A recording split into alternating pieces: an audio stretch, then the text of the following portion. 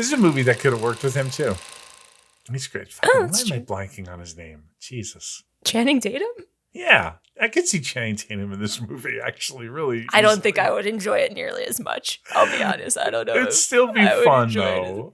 Yeah. I think it actually would be punches, funnier. I think, yeah. Yeah, it would be a straight up comedy.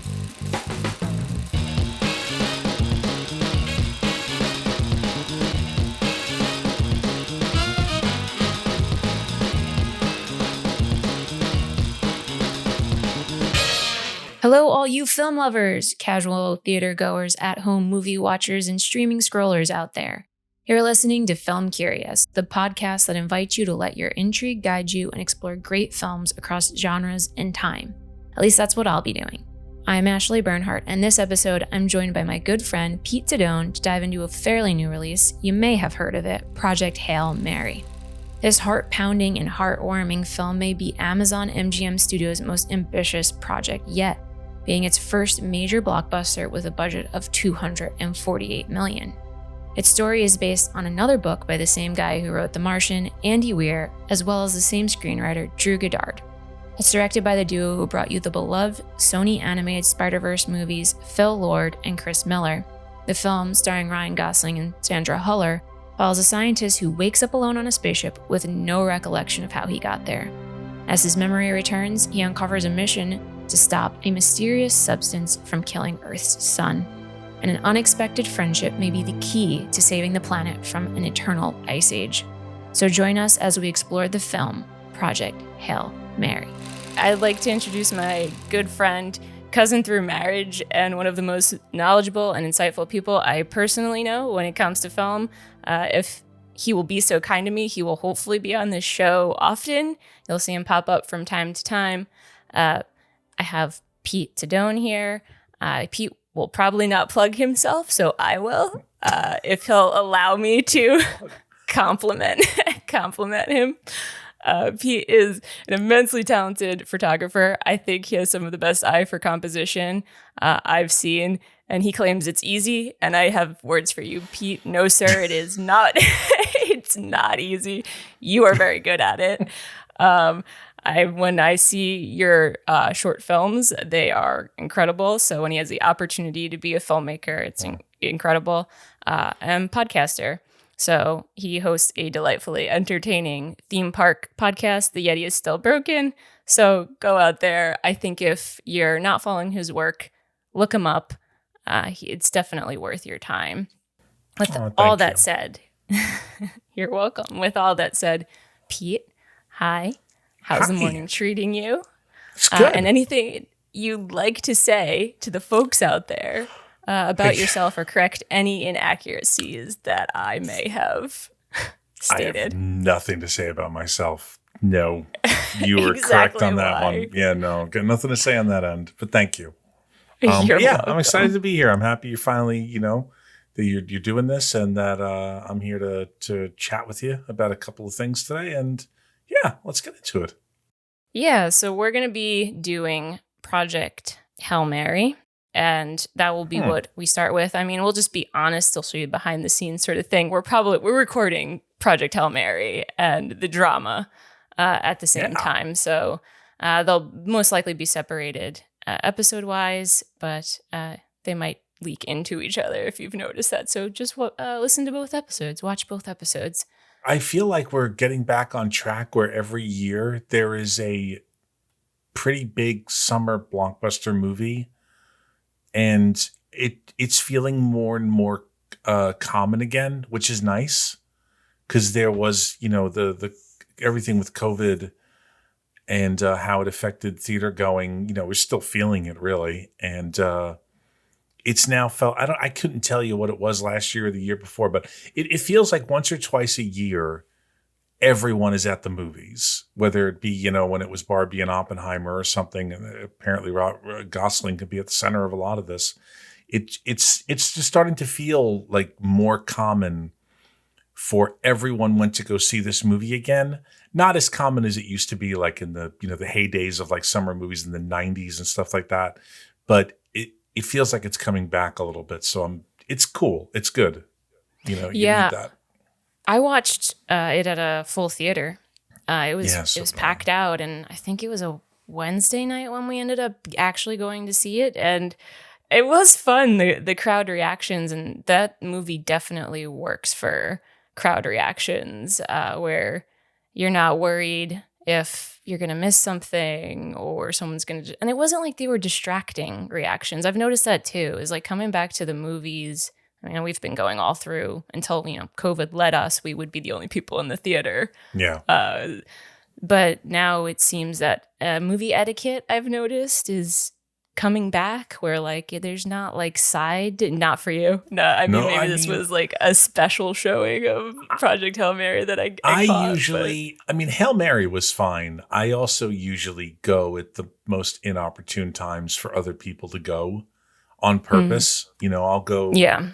to the 10:30 show on Sunday night, which when you're talking about a movie that's nearly 2 hours and 40 minutes and you got to factor in the 30 minutes of nonsense that you have to sit through pre-movie, you're talking about getting back home at 2 a.m. For me, that's Yeah. fine if I got to wake up at 7 the next day. Most people avoid those later shows, so generally that happens. But Hail Mary was filled. I do remember that, yeah. And yeah, I don't remember anyone really chattering about. The movie doesn't give you a whole lot of moments of pause. No, which is interesting for a 2 hour, 47-minute runtime. That it doesn't. So I guess you mentioned Gosling. Actually, I do want to grab on that. Ryan Gosling. I thought it was a really great performance. Actually, I think he did carry. I mean, he has to carry a huge chunk of the movie because of I guess he's Wally. we will. Yeah, you got to get into. He's our Wally. Yeah. Yeah, I mean, here's I guess, spoiler warning, which I think at this point it's the rock's out of the bag. But yeah, he has to interact with the rock alien for most of the film. He's not really the Rock, thank goodness. Just Rocky. Yeah. There was a lot of. I'm so off track. I had noticed there was a bunch of film references and homages in Project Hail Mary. Yeah. No, I'm sorry. Go ahead. No. Okay. Well, I'll finish my Ryan Gosling thought before we jump into that because I realize I'm off track. But I was thinking about it and how you mentioned like, the last big film, was a Gosling was in the film. The Gosling. We only have one Ryan. Yeah.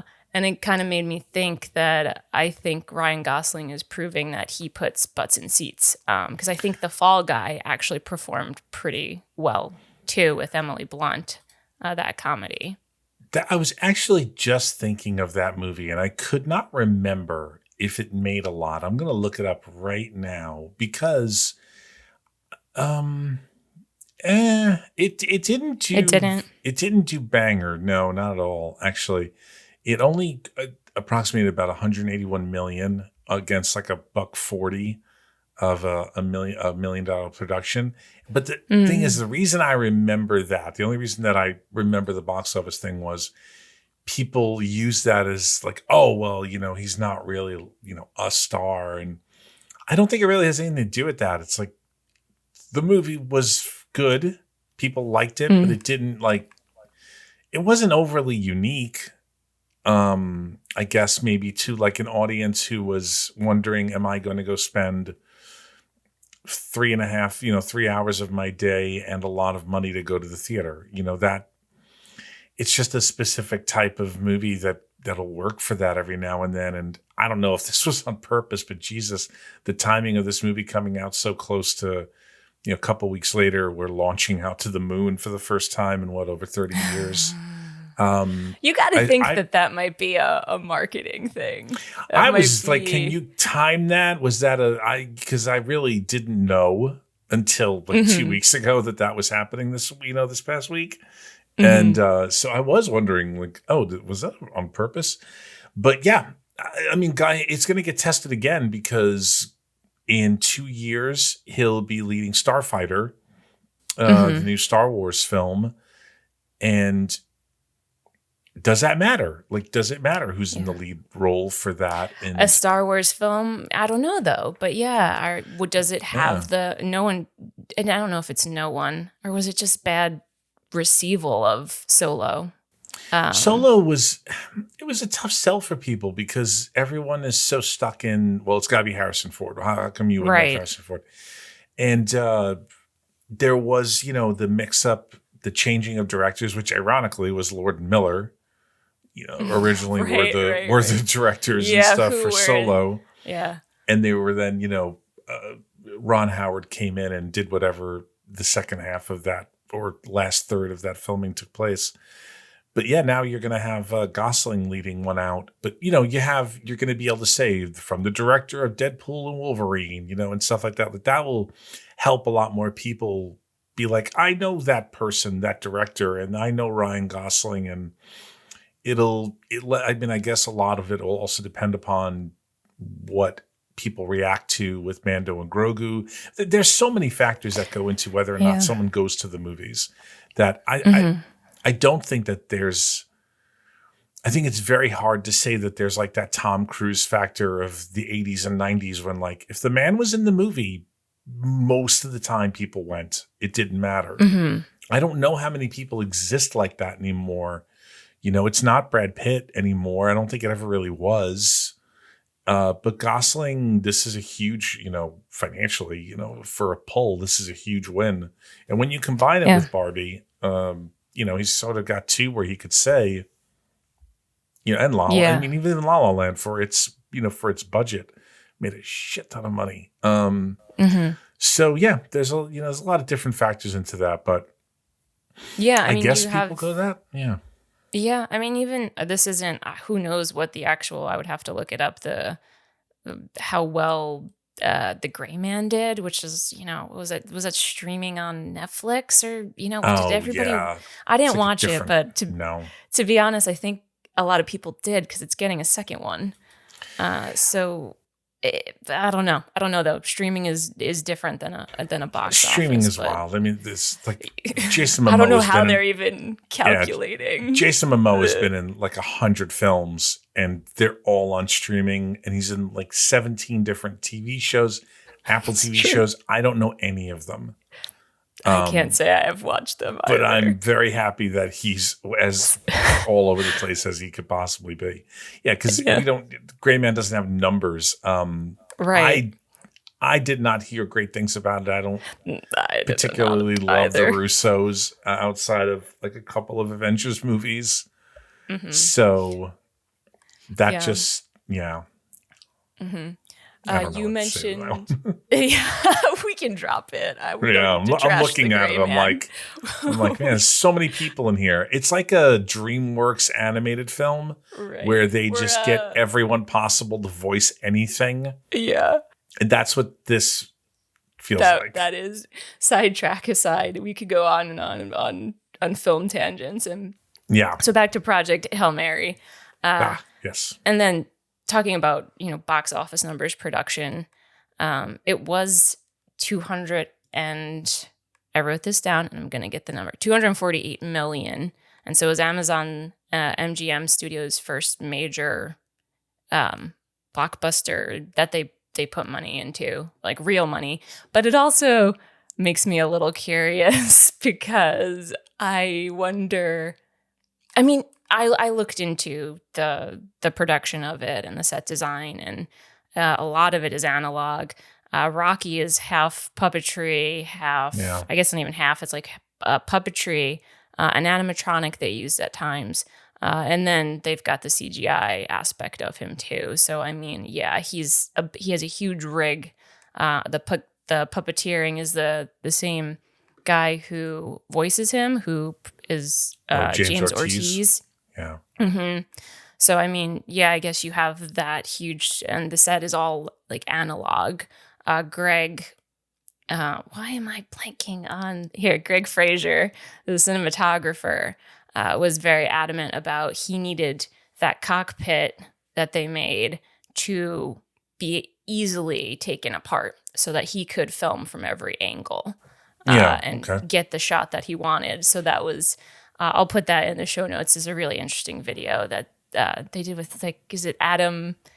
Is it Savage? Who's the guy who does the like debunks the theories or I think it is Adam Savage. Yeah, I follow him on YouTube like too. That. I can't just think of it. I have the link. I'll put it in the show notes. But it's a very interesting. He was talking to the set designer and everything. Yeah, they had to it's make. Adam Savage. You're right. It was intense what they had to do, and like every button could light up with a different LED. It was impressive. So thinking about it, I go, okay, yeah, I mean, I guess that requires a pretty huge budget in addition to all of the CGI space scenes that they then have to do. Yeah. So there's that. But then I look up, Dune in comparison, and they made Dune for 190 million. So the difference in the production kind of is curious to me. Yeah, I mean, it's sometimes, I think no matter what, it's always expensive. I think that there's a lot more rigging and studio work and more hands-on. I don't know. Maybe it's something like that. The greatest part of it as a viewer, I don't give a fuck. like for right. me, like, is it good? It's good. Yeah, it's never like Dune looks great. I know people there. You get some people now like, oh, the Brown movie. Like, yeah, it takes place in a goddamn desert. It's that's the aesthetic. There's this like over compensation on some commentaries nowadays where it's like, oh, movies aren't colorful. There's no country for old men. It doesn't need to be. Like, it has to be what that film needs to look like. So never really understood that whole thing that people have obsessively about that. But yeah, it's hand making stuff is expensive. It's expensive doing CGI, and there are aspects of Dune you could not build maybe nowadays, or you could, but it would be a lot of model work and it wouldn't look the same and all this other stuff, and it would probably be maybe at the end of the day more expensive because of the time needed and the amount of, if something breaks, you have to rebuild this entire model or rebuild this entire contraption. And even Dune uses a lot of models and stuff, or they just build the copter thing. Yeah. But yeah, movies are expensive. It's a nightmare. It's an absolute nightmare. But it's when you see it work, this is making money, you're like, oh, thank God. And then you look into how they did it and you're like, it was mainly manual. It was people actually making these things, designing these things, shooting it with the actor being able to interact with the thing that I think that's always got to be helpful. There's a kind of heartbreaking clip of Ian McKellen, and I'll put in big quotes, on set for The Hobbit, where he is acting alone at a table where they're supposed to be, Bilbo and all the dwarves. And he has a bit of an emotional breakdown because he's depressed, because he says, he's like, this is not what I do. It's like, I like performing with people.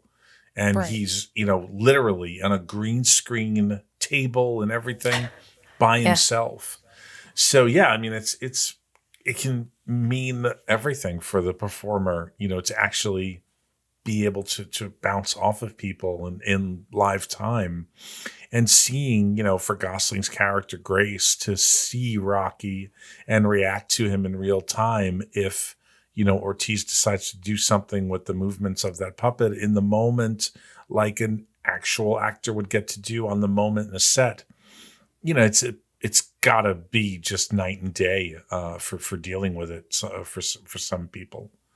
Yeah, well, yeah, I'm hoping the movies are going kind of back the other way, where everything was CGI for a little bit, and now it's like, no, we need both, and it's an added value doing the CGI to it, but we'll see what happens. I mean, you can't really give Hollywood a whole lot. I don't think that either one of them is the guarantee for anything. I don't think really ultimately it matters, because there's plenty of movies that are very CG, reliant, and they don't, Mm. or they make a shitload of money. I mean, Avatar is extremely CG, and it's Right. still, without anyone kind of noticing, makes $1 billion every time another one comes out, which is wild. But that is what happens. And then, smaller crafted movies sometimes are hard to sell to people because they want Yeah. this, the same. One of the greatest things that Project Hail Mary had for it in promoting it was it's very attractive visually. There's a lot of scenes where you can point and go like, that's a hell of a poster. That's a hell of a poster. There's a lot of stuff like that. I remember Gravity, had that. A lot less flashy visually, but it had this image that was able to, you knew what that movie was going to be like. You were going to see Gravity because space is scary as shit. And you're going to see Hail Mary because it was this, oh, I remember The Martian. That was fun. This seems like that. And Ryan Gosling looks like he's having a great time. And, space adventure, and it's fun. And it's a lot of good hooks to get into people. Andy Weir has that, he's 2 for 2, between The Martian and this. I can't, it's incredible like how similar and how different both of those films are. I can see that. Yeah. Yeah, they kind of, it's, how the Safdies, now that they've separated also, one of the big critiques that, I hear, on Marty Supreme, and I agree with it, is it's another frantic white guy who's a piece of shit that we maybe root for at the end and maybe don't. And you could look at this as like Lost Man in Space, and it's by the same writer and all that. And by the way, he's charming as hell and very funny. And it has a lot of the same elements, It's true. but that is kind of where it ends. The whole actions within the film are very different. And I think that actually Lord and Miller were aware of that. And I had never read the book. So actually, I wonder if it's in the book like that. But the way that the movie is presented to you, where you're jumping back and forth in time, it was not, that's something The Martian doesn't do, so right off the bat, you're out there, you're in space. You're starting off right off the bat, figuring out what's going on. You don't know what's going on. So it was a good way of separating those two things. So it didn't feel overly familiar to a viewer, possibly. The Martian's also, how old is The Martian at this point? Does anyone, really remember? 2015. Oh, So, man, 11 years ago. So that's crazy to say. Yeah. Yeah. So I guess we can go on so many different tangents, but I'll touch on the homage thing. I noticed that you noticed actually. Well, I had noticed it in theaters, but I didn't want to interrupt and do anything loud. And I was like, oh, my spouse will realize it. I'm sure he'll realize it. And it's when he's first communicating with Rocky, it's through the music. It's like a musicality almost language, a sound language. And it's the close encounters of the third kind when they interact with the aliens. Yeah, the 5 That's tones. the same. Yeah. Yeah. So there's that. And then obviously Rocky himself is a film reference, and Rocky's mate, he names Adrian. And so, they're fun. It's fun things. I was fine. Usually, hey, do you remember this movie stuff is not something I'm a big fan of, but it fit this one. And the bigger thing for me was the Close Encounters nod is you can look at it as an early reveal for where that movie's going to go in the end. Because can we talk about it? It's okay, right? Everyone's seen this movie by now, right? And also, I think I added the spoiler tag, and I'll make sure that it's there. So, spoilers also for Close Encounters, which is over 45 years old, almost 50 years old. Yeah. Dreyfuss in that film leaves his family. You don't think about it at the time. True. Right. But Richard Dreyfuss, after kissing another woman, leaves his wife and kids to go live with the aliens for, we don't know if he ever comes back or anything like that. We have no idea. And in this, Gosling makes that same choice where he does not come back to Earth. He could. He could, but the idea is he's also doing it to save Rocky. But yeah, they wound up actually making the same choice also. Yeah. So I think while it's a nod, it's also a little bit of a tip of the hat for if you pay attention enough, you're like, oh, these guys they have the same finish. Yeah. I didn't even think about, you know what? You don't even think about that in Close Encounters. Like, yeah, he just leaves. We don't. His home life is miserable. Right. Like, I'm not saying like abandoning your children, but I didn't see any reason for him to stick around either. That's always something that Spielberg says. If I would have made that movie as an older person, I don't know if I make the same movie. Because I would have been a lot more conscious of that decision, and I don't know if I would have agreed with it at the time. But for that character in that time, yeah, he's going. Right. And so does Gosling.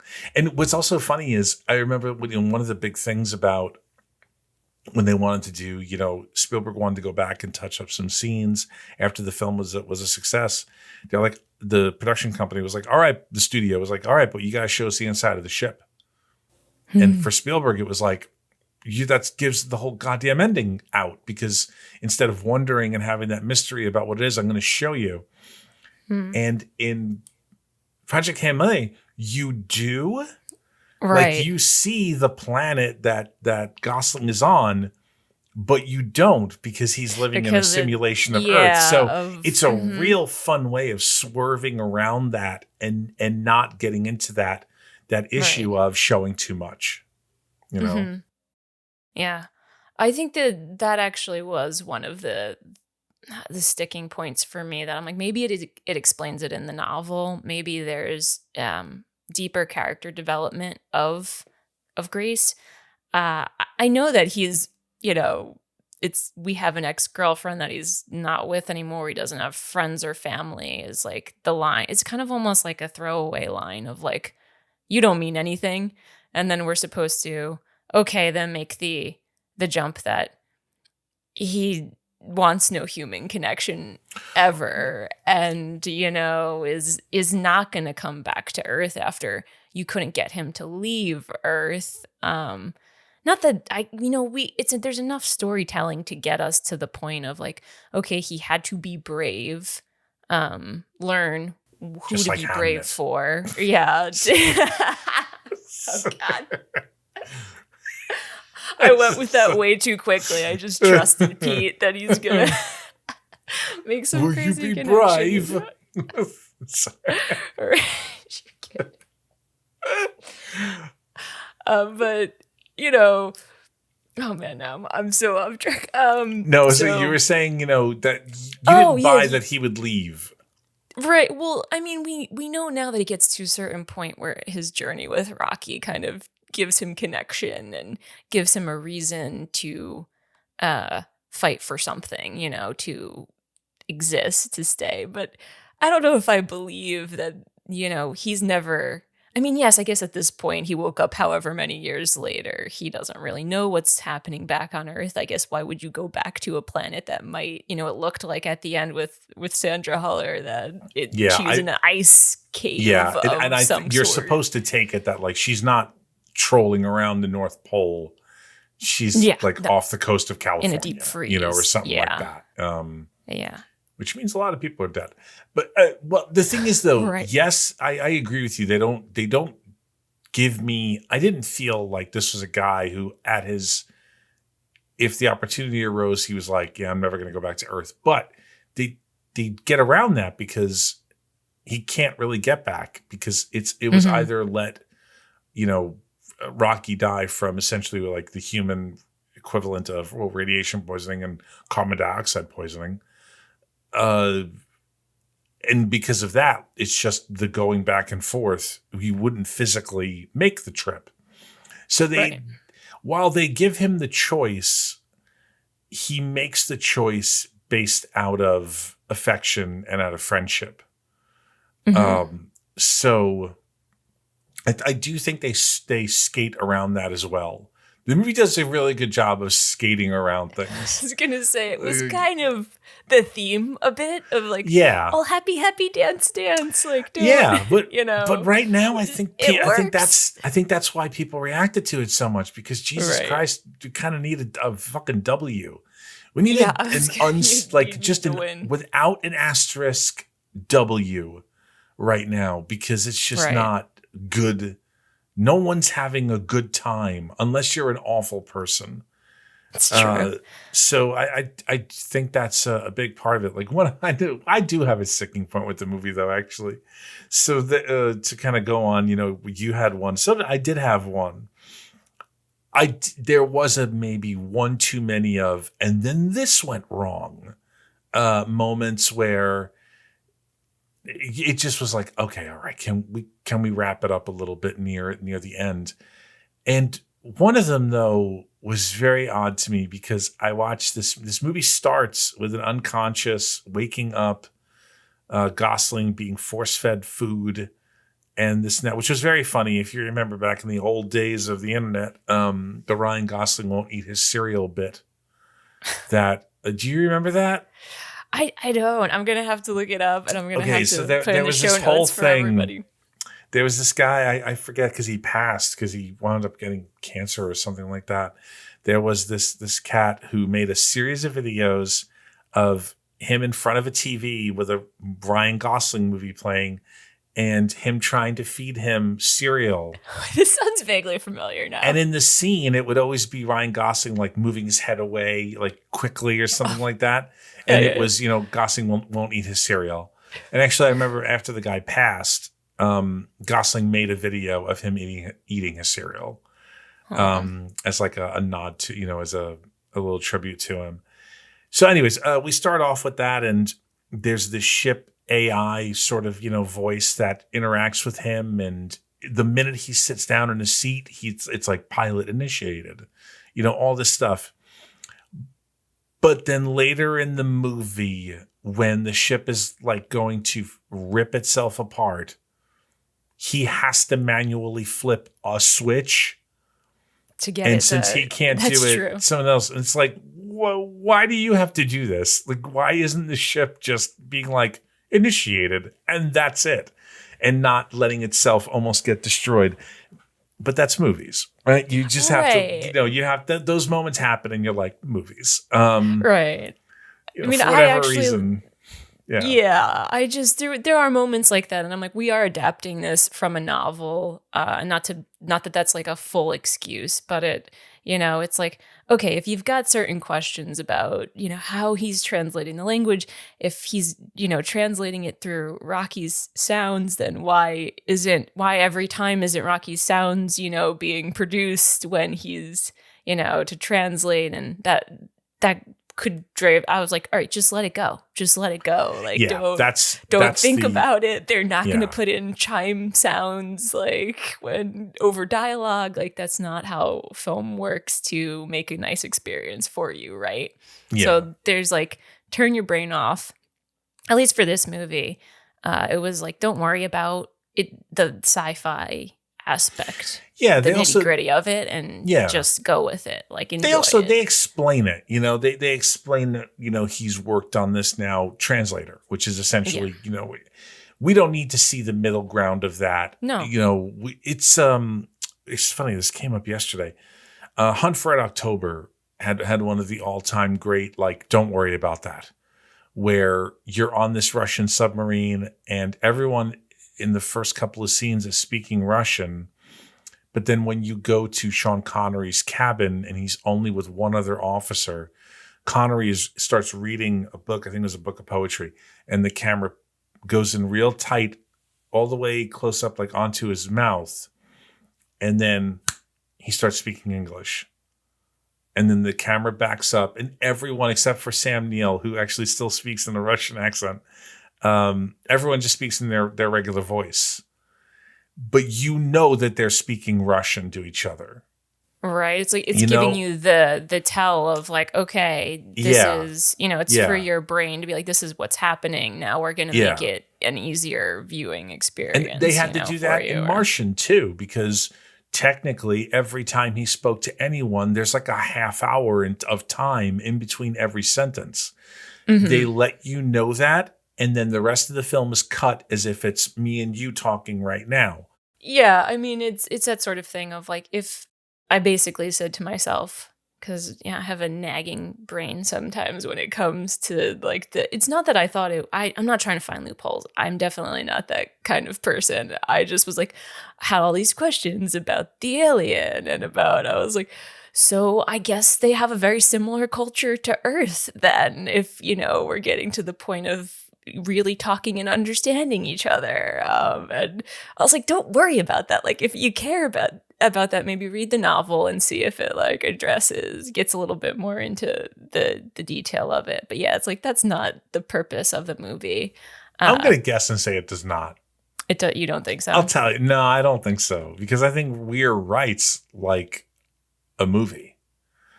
I think that's why his books have been so far so successful in this adaptation, is because it's written in a cinematic fashion. It really works towards getting that, because I don't think it concerns itself with that.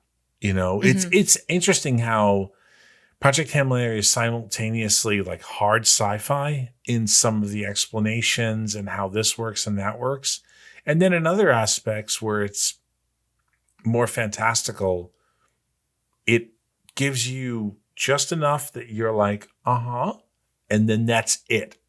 And then you just don't worry about that shit, because it doesn't matter how the fuck they communicate. It matters that you care about what they're communicating to each other. That's all true. The other stuff is just noise. It's just detail. But if you don't care about their connection, nothing matters. Like, the whole movie doesn't matter. That is incredibly true. I mean, I was going to say, I think one of the highlights for me is Sandra Huller, her character. And that character could be so monotone. You could feel like that's an underdeveloped character in anybody else's hands. And she makes you feel like this is a real woman with feelings, and she's not just this stone cold, I have no emotions, I'm going to save the planet. This is the mission must go through. Like, you see that the performance is spectacular, that you see that she has underlying feelings about the actions that she's taking. Yeah. She's just not overtly expressing to who she's interacting with, because she's got to keep her shit together. That's a lot of pressure, So at I the end love of the day, that point. She knows that she has to complete what she is trying to do. I loved her walk off on the when doing karaoke. Yeah, or she's like, I'm done now. 80% through the song, she's like, "That's enough now," and just leaves. Like, really enjoyed that moment. Because if there was like this big emotional end up to that track, it wouldn't have felt right. But the way that she's like, okay, we've had fun, and it's Good like, times. and I don't want to be the center of this. Like, it's not really, I am already the center of this on another level. I can do that. I don't want to be this type of center for very long. Yeah, so she really, interested me as a character, but I can't say that there's a Sandra Huller performance that doesn't captivate me. Yeah, she's kind of an all-timer. Yeah. The movie had me thinking something, and it didn't happen. It's good, because it wouldn't have really made much sense. But when he comes to, and his two co-travelers are dead, and then later in the movie, they're referring to like, well, hey, what's going to happen? Because this is a one-way trip. What happens when we accomplish our goal? And the two others are like, we're gonna like off ourselves in a comfortable, fun way, but we're gonna off ourselves. And when they said that, part of me was wondering, did they already accomplish their mission and he just didn't kill himself and they did and he doesn't remember it? That is a good question. I was wondering, I was like, oh, is that going to be something that's revealed, like this reveal, which I hate, everything's got to be a twist because that's insane. But my brain paused on that for a second where I was like, is he going to find out that he already accomplished what he meant to accomplish when he's at a moment where he thinks he failed? But that didn't happen. And that's good because then it would make all the actions with Rocky pointless. Well, because they both don't know why their crew died. It's so. Yeah. But I mean, that was a big question of mine. What did happen to them? But at the same time, there is a lot of this movie where it's like, don't worry about it. Don't just. Yeah, I mean, they were in cryo sleep for what? How many years? 30 years, something like that. Yeah. Cryo sleep, alien.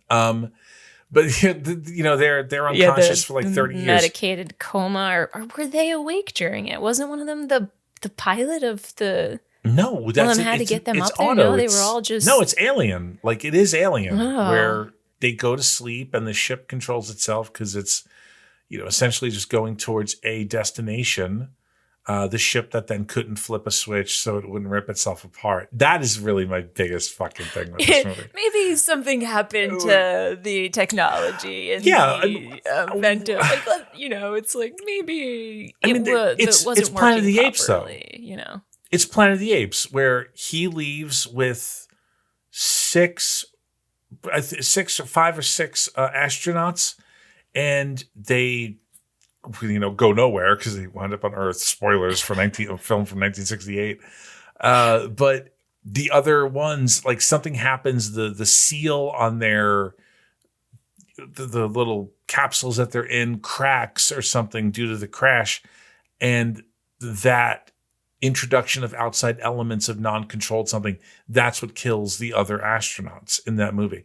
And that's all I thought of in that. I was like, something went wrong, and right. One thing went wrong, and you can't keep people preserved for 30 years if anything goes wrong. So something went wrong. Right. Yeah, the lack of the ship even being like, oh, by the way, this is what happened. It is weird. It has no knowledge of it. There's no meta. If it's supposed to be keeping you in this coma, right? This induced sleep, and it has no medical records of don't trust self driving technology. Because then I guess you could just be careful of AI. Because that's what happens in 2001. Hal kills the sleeping astronauts, the other 2 or 3 astronauts that are on there. Mm-hmm. He kills all of them while they're in suspended animation, whatever the fuck it would be in there. But that's Hal. He kills them. So there's a lot of, again, you could look at a lot of the movie and point at other films. There's obvious, if you threw Interstellar and The Martian into a blender, you got a lot of this movie. You have a lot of this movie. Leaving and thinking that you're never going to come back, and then making the choice at the end not to go back to Earth, because McConaughey's character leaves. He realizes that everything that was his life is no longer there, and he has no reason to stay there. So he goes to populate a planet with Anne Hathaway. I mean, that's a good choice, personally.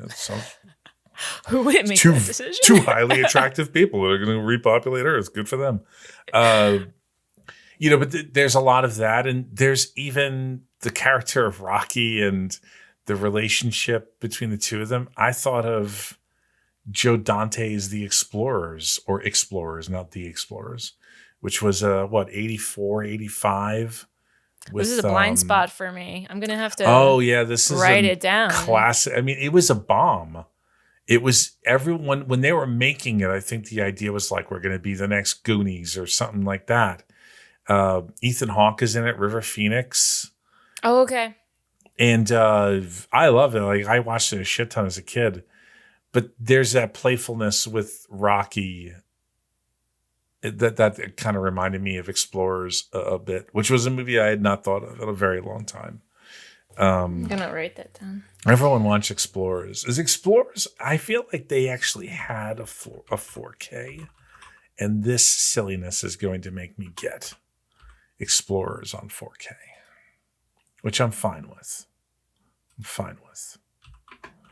So, Well, I mean, Pete has told me he does not believe in just not streaming something. He'll just buy it. I tried to explain a library app that's quite brilliant now, where you get to watch some movies off of it for free because it's like your library card. And he's like, just buy it.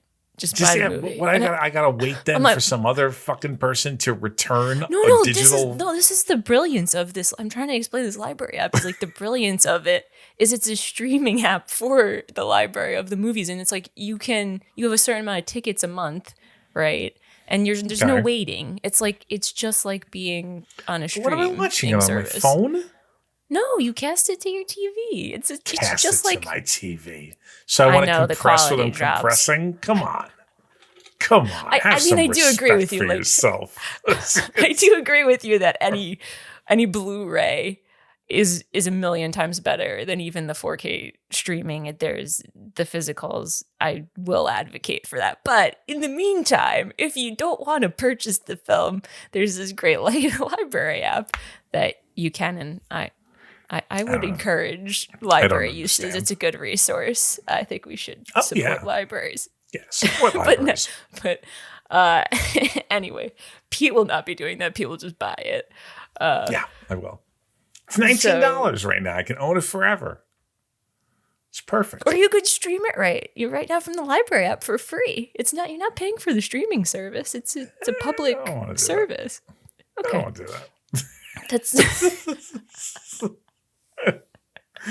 silliness. What are we doing? Anyway, we'll wrap up our discussion about Project Hail Mary. I think I walked out of it going, it was enjoyable, but it wasn't giving me a ton of like brain food to chew on. And that's not like a knock though. It's like thinking about it, it's not a knock. Like I found it a highly enjoyable film. You know, it's a good blockbuster. It's a good, I mean, I know it's April, but it's a good summer movie.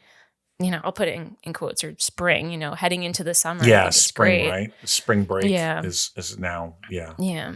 And so, I mean, maybe it hit on some like the Rocky and I guess my final thought is, you know, maybe the Rocky and the Grace relationship at times was like overly sentimental. But, you know, whatever. It's a rock puppet. We're basically telling a story of a rock dog. So, which is another interesting thing that I won't get into because I think about like the intellect of the society that has made it, or like Rocky's people have made it with this minimal technology, and I'm like, wow, humans are a bunch of idiots then if like these guys. I don't think it's minimal technology. I think they make it look minimal because they're so much better at it. Yeah, it's like a sophisticated. Yeah. It probably is more sophisticated, and that's why I said like, oh, because the humans are a bunch of idiots that can't figure out certain things, and Rocky's like just an engineer. So I don't know. Anyway, we don't need to get into Rocky's character backstory, behavior. I mean, if anything, it's all through like a translation app, so we don't really know. You're getting. It could be like a broken language sort of thing. I think also, so. When you think of, when I come into stuff like that, where it's like, oh, this seems overly simplified for these people. Like, how did they do that? It's because it's common for them. Mm. You know, they've reached that point thousands and thousands of years before we did. So for them, it's like me trying to explain what an NES is. I'm like, yeah, you just pop the thing in, plays a video game. What else do you need to know? You know, like that kind of a thing of you're talking to a child. So you talk like a child to a child. I actually very cynically during the movie, I was like, I'm amazed no one's made the joke. More like crying Gosling. Because he's got a ton of emotional moments in this. And I mean, if no one's picked up on this, his last name is very on the nose. You know, the movie's called Hail Mary, Project Hail Mary. His last name is Grace, Hail Mary, full of grace. If that didn't click for you, well, then that must be an interesting moment that you're having right now. I very much enjoyed it. And yeah, it's a fun summer blockbuster thing. And if you were to put it to me, I prefer Martian, I think. Yeah, I probably prefer Martian. And if we're talking, if we're throwing other space like Interstellar, I would prefer Interstellar too. But I've thought this was just a blast. It's a lot of fun. It's just a nice, good time at the movies. And huzzah for making fun shit, And it's doing well. And I love that. And it deserves it. And it deserves to do well. Yeah, exactly. I wonder what Lord and Miller will follow this up with now. Well, they got to be working. I mean, I think they probably are in post-production of the next Spider-Verse. Spider-Verse. I don't know. Yeah, that's like slated for 2027, I think. I mean, as long as it's what it should be, take your time. No one's, you know what I mean? Yeah. I remember when they said like, "Oh, it's going to be delayed." I was like, "That's fine. That's fine. Just make it what you want it to be." Yeah, right now 2027. So they're, probably still in production, honestly. Yeah. They make fun movies. Do everything. Let them do another Jump Street film, you fucking cowards. That's I like them. I mean it legitimately. I'm like, no, really, let them make another one. Right. I don't know if Jonah Hill is still... didn't he have some weird stuff? I'm not sure. Something about girlfriend manipulation or some crazy... I don't know. Yeah, he did some crazy stuff, but it's not... Sorry, as long as you get a Gambit in there, we're okay. That's all we need. Yeah. Everyone wants more Gambit. I don't know if I do, but... You're wrong, man. You're wrong. Just living in errors. This is a movie that could have worked with him, too. He's great. Why am I blanking on his name? Jesus. Channing Tatum? Yeah. I could see Channing Tatum in this movie, actually, really. I don't think I would enjoy it nearly as much. I'll be honest. I don't know. It'd still be fun, though. Yeah. I think it actually the emotional punches, but funnier. I think, Yeah, it would be a straight up comedy, like only you comedy. Make this. Yeah. The heaviness might be gone. But anyway, well, thanks for chatting about Project Hail Mary. I think we talked about it longer than I anticipated, but again, we just go on tangents about other films, that's kind of the point of talking about film, and this podcast even is lead where you're curious, where the connections happen, and have fun with it. So. Well, thank you for having me. Yeah, of course. Hey guys, Ashley here. Thanks for listening to Film Curious. If you enjoyed this episode, there's plenty more to come. I'll be reviewing new theatrical releases and new to streaming as much as possible, so make sure to subscribe wherever you get your podcasts. And after our Project Hail Mary discussion, it made me want to rewatch The Martian, so stay tuned for that review in the coming weeks if you want more Andy Weir space stuff. Thanks again. See you real soon.